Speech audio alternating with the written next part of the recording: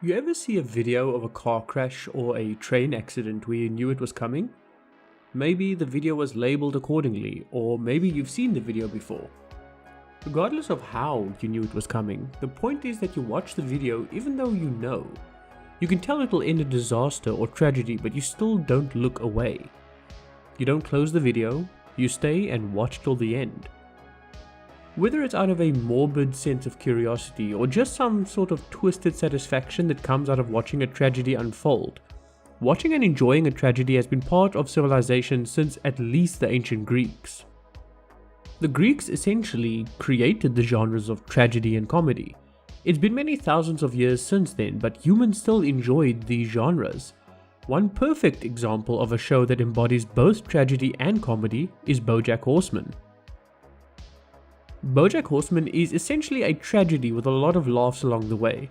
It's something that draws you in with comedy only for you to realize you're watching the slow destruction of a man in what ultimately amounts to a tragedy. And embedded in the themes of this great show are stark reminders of the dangers of consumerism, extravagance, hedonism, self-destruction, and a high time preference. But I'm getting ahead of myself. Let's backtrack and start from the basics. What exactly is Bojack Horseman, and what is it about?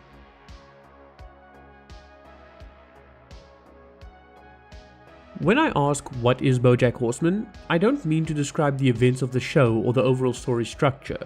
Sure, I will go over some details, but the core of my question comes down to the themes and the underlying philosophy behind the show. Also what we as viewers could possibly learn from it. Now, while I don't want to go into painstaking detail about the events in the show, I do need to go over some information to set the scene. Bojack Horseman is a washed-up Hollywood actor from a mid-90s sitcom about a guy who adopts 3 kids. Bojack is a drug-addicted alcoholic who spends his time cavorting with random women and his agent, Princess Carolyn.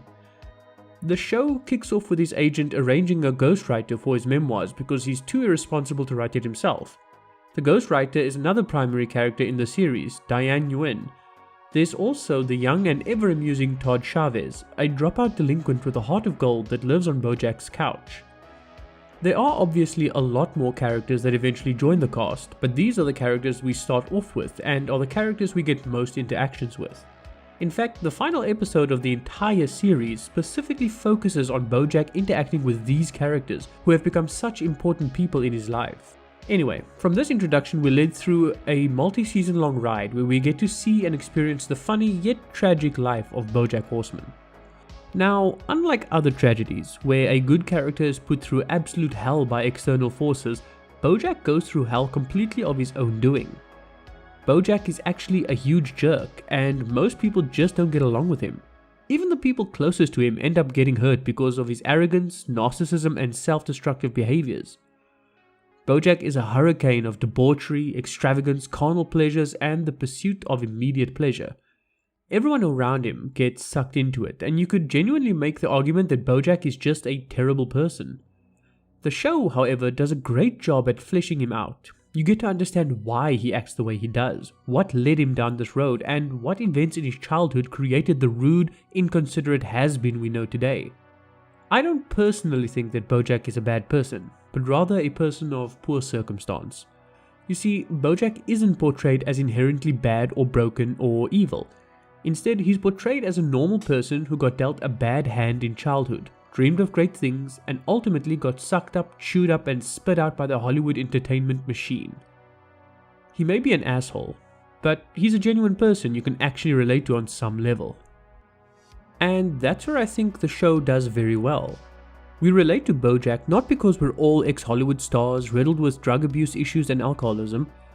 We relate to Bojack not because we all had abusive parents and never learned to form meaningful relationships with other people. We relate to Bojack because, like him, we're all a product of the modern world. We're all, in some small way, similar to this over-dramatized caricature of the modern consumer. For better or worse, we are Bojack Horseman.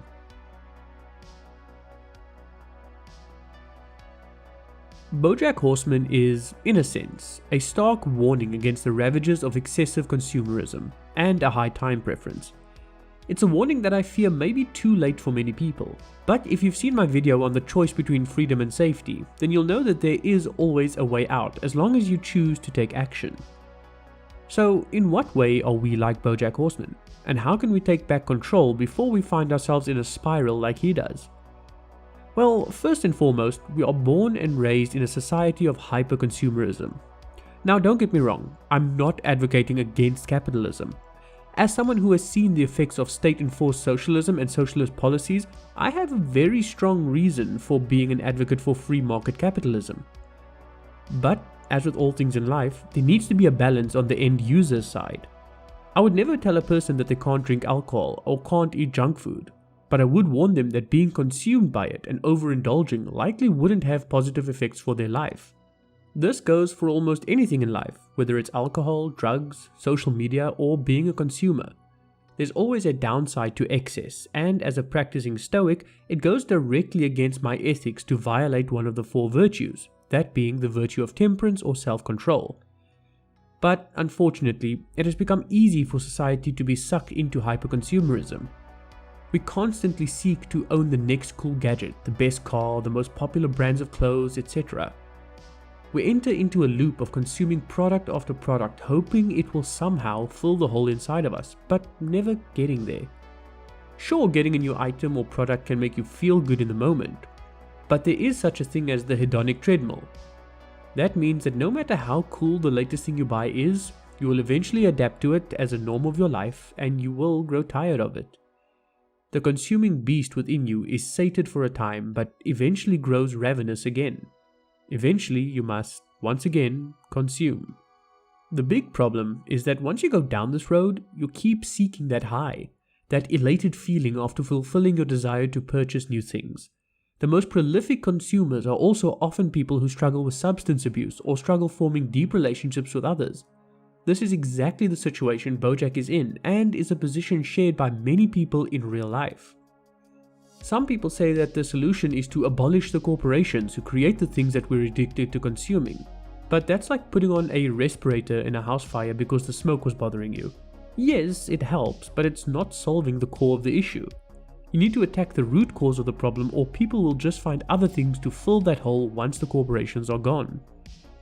The core issue, in my opinion, is the prevalence of an extremely high time preference in the average person. But what is time preference? How does it work, and how did we get to this point?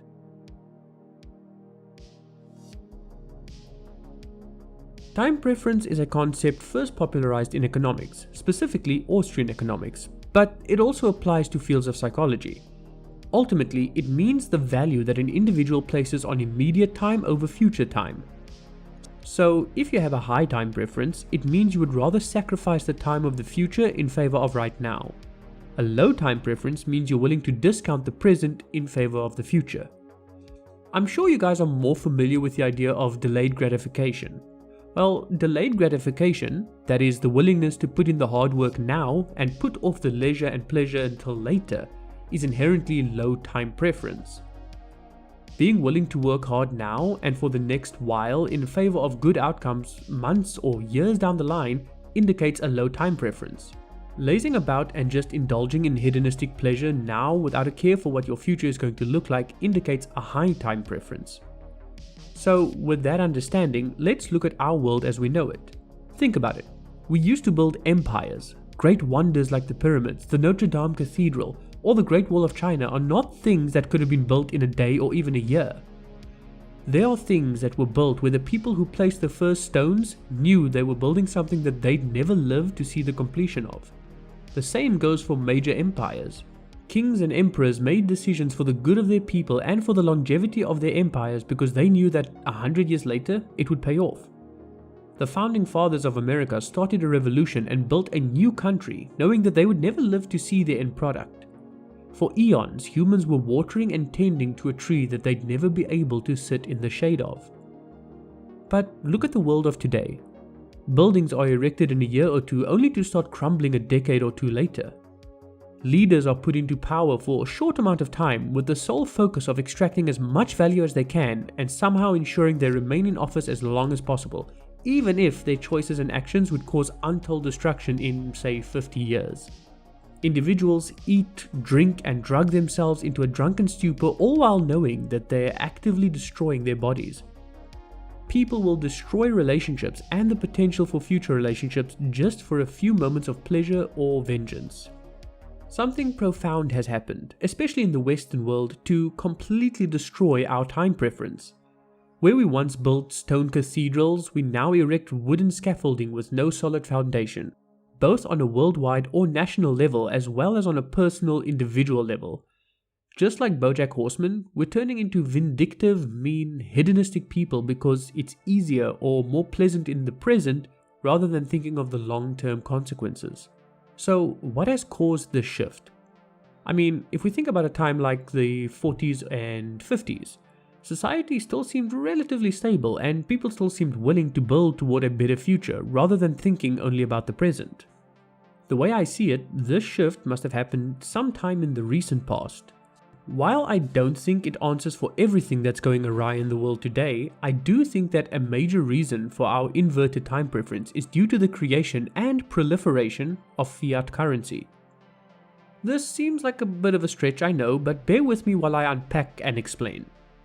Fiat currency is money created by government fiat. It may surprise some of you to know that until as recently as the early 70s, governments didn't have the full and unilateral ability to just print money. To an extent, they still had to be constrained by the amount of gold they had in reserve because their money or debt was backed by gold. It wasn't a perfect one-to-one conversion and there were some restrictions, but the early 70s was where money was completely severed from the backing of gold. It was the true and full formation of fiat currency. There were fiat currencies and fiat-like currencies before that, but this is when the last nail was driven into the coffin of the gold standard. Now money is created by fiat, by decree. This means that as they print more money, they dilute the purchasing power of the existing supply in circulation. What does this mean in practical terms? Essentially, the goods you want to buy now requires more money to purchase because the money has lost some of its worth. This, my friends, is inflation. Now, printing money isn't the only way you can cause inflation, but it is the most prolific, most long-lasting, and most damaging way to do this.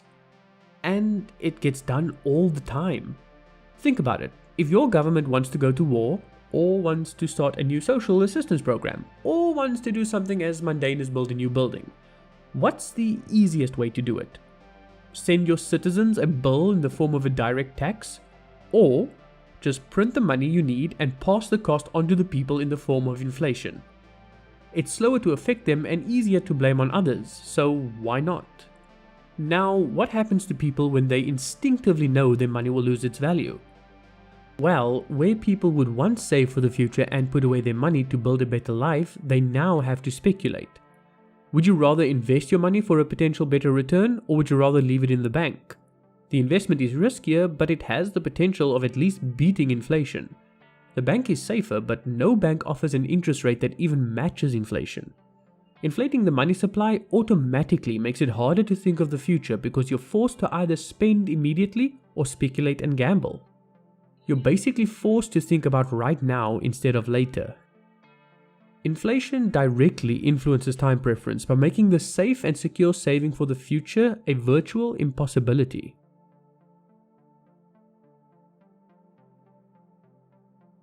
Money affects everything in our lives. From the food we eat, to the home we live in, the school we go to, the car we drive, and the lives we can secure for our children. You can't live without money since it's the single thing that enables your access to everything else. And when your money is debased and adulterated in the way it is now, it will inevitably destroy your time preference. It becomes easier and cheaper to print money to subsidize the growing of cheaper, less nutritious crops. If you had to directly tax people for agriculture, you'd have to make every penny count. Now you can build a large department of agriculture with massive overhead, slow bureaucracy, and an easy way to siphon excess money out of. The obvious result is a drop in the quality of food that gets produced and a misallocation of funds into things that don't provide optimal value.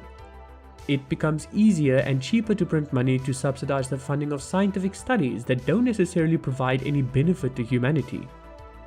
Oh sure, you'll give some money to things that are important, but you'll also incentivize the creation of fields of study that bring no benefit to the marketplace. Government grants to study the toxic masculinity of modern media doesn't seem as important to me as some other potential endeavors, and certainly wouldn't be funded as easily if the money printer couldn't just run at full steam all the time. It becomes easier and cheaper to print money to subsidize the funding of certain forms of fuels over others because it's politically expedient to do so. It looks really good come election time if you're able to say you passed a bill to fund green energy over more established forms of energy. But if you were forced to directly tax the money, you'd have to build energy or fuel generation that delivered an actual return for your initial investment. The best bang for your buck would come from coal or nuclear energy. In fact, nuclear would be the best bang for your buck, and it would be better for the environment in the long run. But because it's got bad publicity, it gets shunned. Which kind of proves that they go for what is politically popular, not what actually works. And finally, it becomes easier and cheaper to print money to subsidize the living expenses of the lower classes and the disadvantaged. If you wanted a social relief system or even a universal basic income on money you couldn't print, you'd need the buy-in from the entire tax base. Now you can just print money to ensure a base of future voters for your party. It also has other major societal implications. If, for example, women are paid for each child they have, especially if the father isn't in the house, they are incentivized to create households of fatherless children. These children then go out into society without a proper father figure to guide them because the government has taken over the role of the father. I'm not saying this is how it always works out, but the point is that being able to print money has made it possible to ensure a reliable voter bloc and has made it possible to destroy the nuclear family without much direct cost to the people that operate the levers of power. No matter how you look at it, the destruction of hard money has created the destruction of the individual's time preference. And because of this high time preference, the entire society only operates in what is immediately easy rather than what is better in the long term. Society begins to crumble as we debase our currency and destroy our ability for delayed gratification.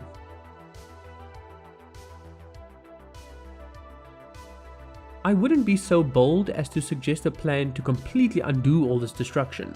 There are so many variables that trying to centrally plan a solution would be utter hubris.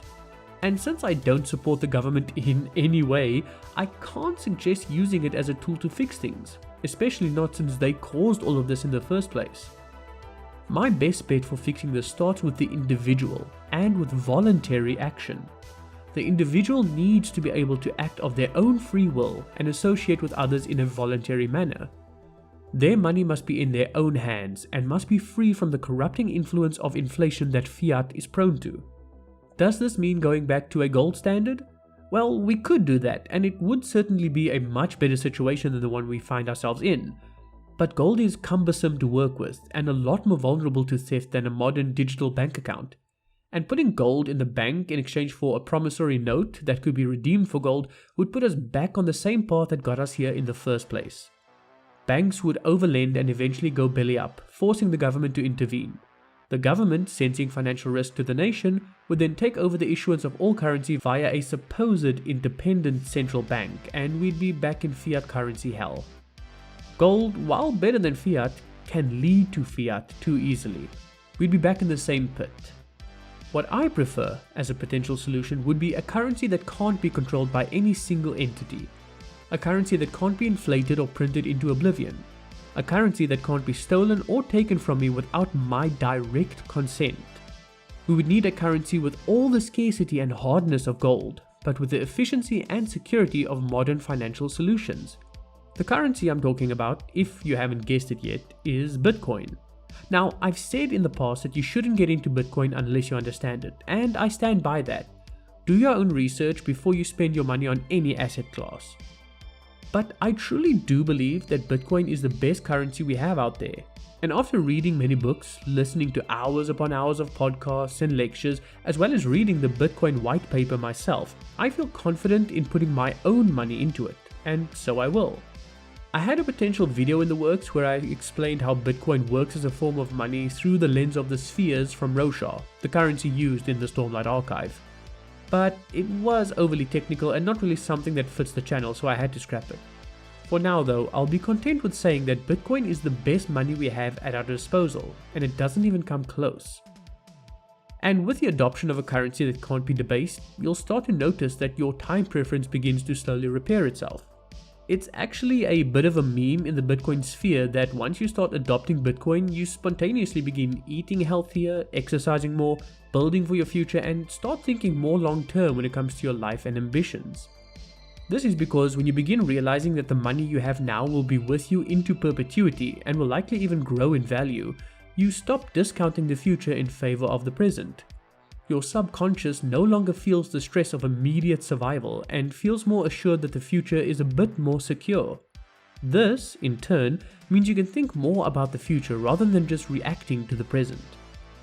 All of these things I have personally experienced and am busy experiencing, and I believe that if every individual could experience this, we'd see a massive shift in the collective time preference of the world. People would stop emulating the worst of what Bojack is. We would stop being Bojack Horseman. Overall, I see Bojack Horseman, the character, as a warning to everyone of what we could become. He's a stark reminder that becoming a self-loathing, narcissistic, drug-abusing, bottomless pit of a person is a possibility for any one of us out there. It's a warning that the excesses of a high time preference lifestyle can, and ultimately will, bring you nothing but sadness and despair. If, however, you take note of the warning and take action to avoid falling into that trap, then your future can potentially be very bright. Thank you very much for watching. I really appreciate the time you've given me in watching the video. If you enjoyed it and would like to support the channel in some way, consider hitting the like button and subscribing, since that tells YouTube to promote and share the video with more people. Anyway, take care and we'll talk again very soon.